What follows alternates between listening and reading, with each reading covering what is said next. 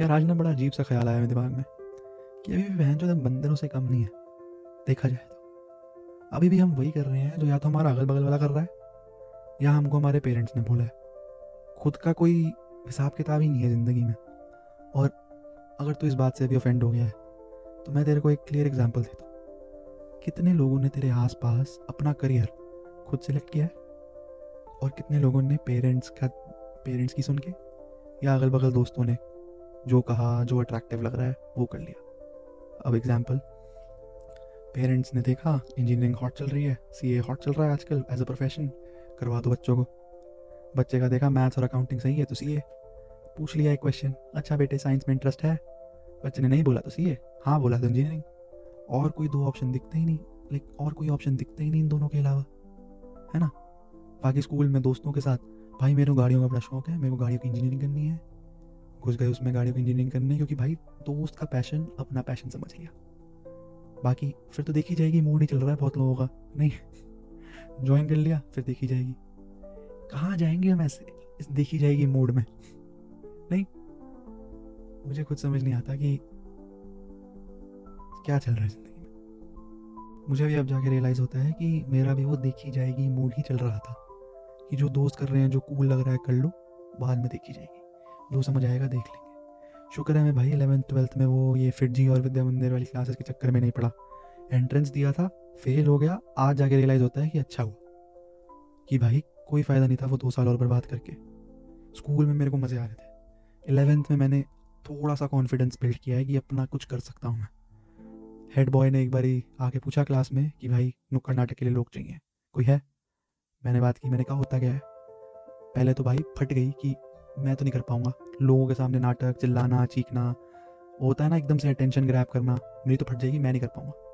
बाद में देखा यार करके तो देखें, ट्राई करें, है ना। फिर दोस्त वहाँ पे ना थोड़ा वो नुक्कड़ नाटक में एटलीस्ट मेरे स्कूल के थोड़े अच्छे लोग थे कि लाइक जिनसे मेरी बात नहीं होती थी, वो थे ना थोड़े पॉपुलर वाले लोग, वो करने वाले थे। मैंने कहा यार इससे बेटर मौका नहीं मिलेगा इन लोगों से बात करने का, तो मैंने उस चक्कर में ज्वाइन कर लिया। और आज तक मुझे प्राउड होता है कि भाई वो सही डिसीजन था। उसके बाद एक के बाद एक स्कूल कॉम्पिटिशन्स, चाहे वो हैंडबॉल हो, बास्केटबॉल हो, हर जगह गया हूँ। 11th-12th में मज़े करे हैं मैंने, मैं बोल सकता हूँ, और मैं प्राउड हूँ। थोड़ा सा जो कॉन्फिडेंस आज मेरा है, अभी जो मैं ये बोल पा रहा हूँ ना, उसकी वजह से है मुझे लगता है।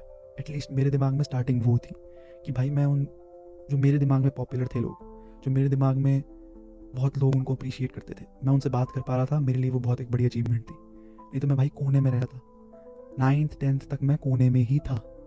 11th में थोड़ा सा निकला हूँ, उसकी वजह से फिर 12th में स्पोर्ट्स कैप्टन वगैरह, ये सब ना फिर एक पर्सनल जर्नी का पार्ट बन जाता है। और मुझे लगता है कि भाई थोड़ा सा साइड टॉपिक हो जाए मे बी, बट हम बहन जो थ्री इडियट्स देख के, एक थ्री इडियट्स जैसे ब्रिलियंट फिल्म को देख के ना वो फिल्म ही रह जाती है। थोड़ी बहुत सोच मेरे को लग रहा था लोगों की चेंज होगी कि भाई कम लोग फरहान बने, समझ रहे हो ना, आर माधवन वाला कैरेक्टर। दिक्कत यह है कि सारे मोस्टली फरहान ही हैं, पेरेंट्स के चक्कर में प्रोफेशन चूज कर लिया है और अब निकलने की हिम्मत नहीं है। कोई रैंचो जैसा पैंचो मिले तो दिखे कि भाई गलत जगह आए हैं। पर कितने लोगों को नहीं मिलता रैंचो, मुझे भी नहीं मिला, किसी को नहीं मिलने वाला, मोस्टली फिल्म ही रह जाएगी लग रहा है। बट फिर भी यार वो एक रियलाइजेशन तो है ना कि फरहान ही बन गए थे। नहीं, अब बादशाह ने एक बात कही थी कि इंसान पहले ज़िंदगी में इंजीनियर बनता है, फिर जो उसको बनना होता है वो बनता है। अब मेरे दिमाग में आ रहा है भाई क्यों, कितने सारे क्रिएटिव्स, एक्टर्स ले लो या बिहाइंड द लेंस ले लो, पहले इंजीनियर्स या इस एकेडमिक थिंग में थे। कृति सैनन, बादशाह, Sushant Singh Rajput. Sushant Singh Rajput was actually very brilliant, but he went for his passion later. So, but still, like these things. Imagine ये लोग और कितना कुछ अचीव कर लेते थोड़ा सा पहले, अगर ये लोग इस इंडस्ट्री में घुसते या इनके पेरेंट्स इसको अलाउ करते तो मे बी एक।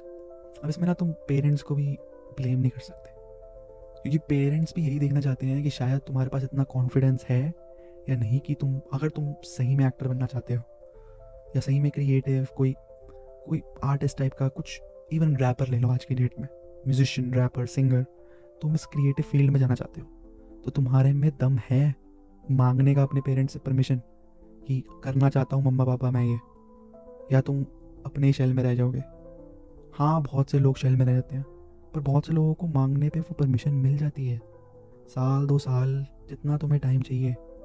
मेरे ख्याल से मोस्ट पेरेंट्स रीजनेबल होते हैं, पर जो कुछ लोग फंस जाते हैं या सोचते हैं वो फंस गए हैं कि अब 2 ही सिनेरियो बचते हैं तुम्हारे लिए, पेरेंट्स की सुनोगे और ना अंदर ही अंदर चिढ़ते रहोगे कि भाई मैं ये क्यों कर रहा हूँ, और फिर किल्सोगे अंदर से कि पेरेंट्स है ना तुम्हारी किल्सेगी कि मेरी ज़िंदगी जो भी खराब या जो भी कुछ होगा ना पेरेंट्स की वजह से होगा। और दूसरा सिनेरियो है कि पेरेंट्स की सुनोगे और जो पेरेंट्स कह रहे हैं ना वो एज अ बैकअप रखोगे कि भैया पेरेंट्स ने कह दिया इंजीनियरिंग या सीए कर लो, तो जब तक पढ़ाई कर रही है तब तक मेरे को अगर सिंगर बनना है तो मैं इंस्टाग्राम पे वीडियोस डालता रहूँगा, जिस दिन चल गई तो चल गई।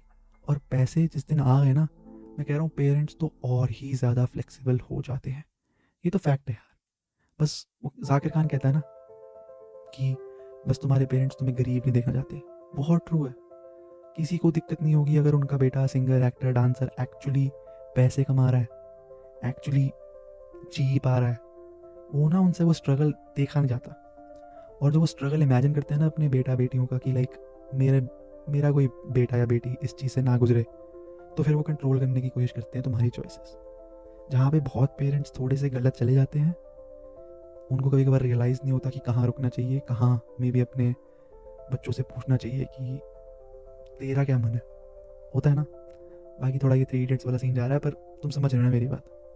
मुझे ये लगता है कि अगर इंडिया से लाइक हम अपने थोड़ी थिंकिंग चेंज करें, तो अगर हम सोचते थे ना कि चलो शाहरुख खान अगला नहीं बनेगा, पर हम कहते हैं ना चलो 2% चांस ले लिया कि कोई तो वैसा स्टार बनेगा ज़िंदगी में, मुझे लगता है आधे जो लोग जिनका पोटेंशियल है वो ऑलरेडी इंजीनियरिंग में फंसे पड़े हैं या किसी और चीज़ में फंसे पड़े हैं पेरेंट्स की वजह से। तो उसकी वजह से ना वो 0% पर ले आता है कि शाहरुख खान जैसा कोई स्टार कभी बनेगा ही नहीं। आधे लोगों के पास जिनके पास पोटेंशियल था वो ज़िंदगी में कुछ और करने में लगे हुए हैं। समझ रहा है। At the end of the day मेरा बस एक सवाल है कि हमारी इतनी आबादी है, हम चाहें तो दुनिया की हर फील्ड को डोमिनेट कर सकते हैं। मुझे लगता है बस हमें ना पढ़ाई के बारे में कम, थोड़ा सा कम, और बाकी चीज़ों के बारे में भी सोचना चाहिए। मैं कह रहा हूँ भाई, ऑस्कर छोड़ो, स्पोर्ट्स चैंपियन, बास्केटबॉल, फुटबॉल, सब में हम गोल्ड मेडल ला सकते हैं ओलंपिक्स में। बस वो ना कोई पुश करने वाला चाहिए। तो इसके बारे में सोचो, मिलते हैं अगली वीडियो में।